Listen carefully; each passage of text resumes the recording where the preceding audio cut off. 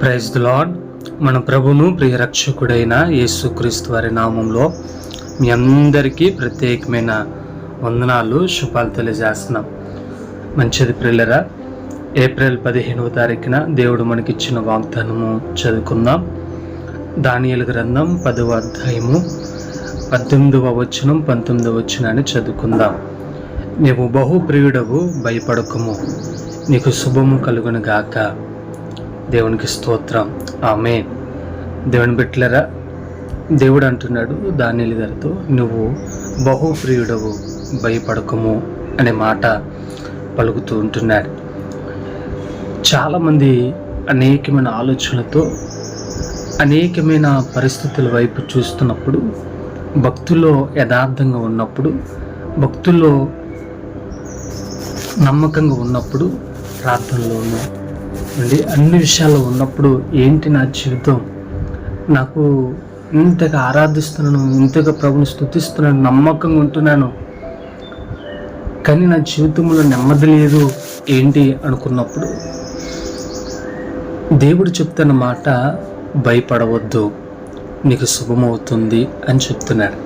దానియేలు గారి జీవితంలో ఆయన ఎంతో భక్తులు నమ్మకంగా అనేకమైన శ్రమలు వచ్చినా ఆ శ్రమలన్నిటిని ఎదుర్కొని ఉపవాసంతో అనేకమైన కార్యాలు ఆయన సాధించాడు. ఈరోజు నీవు కూడా ప్రతి శ్రమను, ప్రతి బాధను నువ్వు కనుక జయించగలిగితే, భయపడకుండా యథార్థంగా నువ్వు ఉండగలిగితే, నీ జీవితంలో, నీ కుటుంబంలో నీకు శుభం కలుగుతుంది అని భక్తుడు చెప్తున్నాడు. కాబట్టి దానియేలు గారి దేవుడు ఏ రీతిగా మాట్లాడుతున్నాడు, నీతో కూడా మాట్లాడుతున్నాడు. నీవు దేవుని దృష్టిలో బహుప్రియుడిగా అనిపించుకోవాలి. చాలామంది ఏదో ఒక విషయంలో తొలగిపోతూ, ఏదో ఒక విషయంలో దేవునికి దూరం అవుతున్న సందర్భాల్లో ఈ మాట దేవుని దగ్గర మనం పొందుకోగలమా అని ఆలోచన చేయాలి. నువ్వు బహుప్రియుడువు అంటే దేవునికి ఇష్టమైన బిడ్డవు, ఇష్టమైన ప్రియుడువు అనే మాట దేవుని దగ్గర నుండి మనం సంపాదించుకోవాలి. అది ఈ కడవరి దినాల్లో చాలామంది కోల్పోతున్నారు. ఈ కడవరి దినాల్లో దేవుడు నిజంగా ఏ మానవునైనా సరే బహుప్రియుడు అనే మాట దేవుడు అనగలరంటారా అనే మాట ఆలోచన మనం చెయ్యాలి. కాబట్టి మనం యథార్థంగా, నమ్మకంగా మనం ఎప్పుడైతే ఉంటామో, జీవిస్తామో, దేవుడు అంటున్నాడు, ఎవరైతే అంత నమ్మకంగా యథార్థంగా దేవుని కొరకు పనిచేస్తున్నారో, నమ్మకంగా ఉంటున్నారో, దేవుడు వారికి చెప్తున్న మాట, భయపడకండి, భయపడవద్దు, ఏ విషయంలో భయపడవద్దు. దేవుడు మనకు తోడుగా ఉన్నాడు. దేవుడే మనకి సమస్తము, దేవుడే మనకు ఆధారం. కాబట్టి ఎందుకు మరి ఇంకా ఆలస్యం, ఎందుకు దిగులు పడుతున్నారు, ఎందుకు బాధపడుతున్నారు?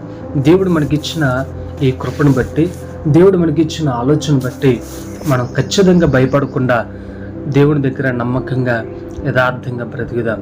ఒకవేళ మీలో ఏమైనా లోటుపాట్లు ఉంటే సరి చేసుకుని దేవునికి ఇష్టమైన రీతిలో బ్రతుకుదాం.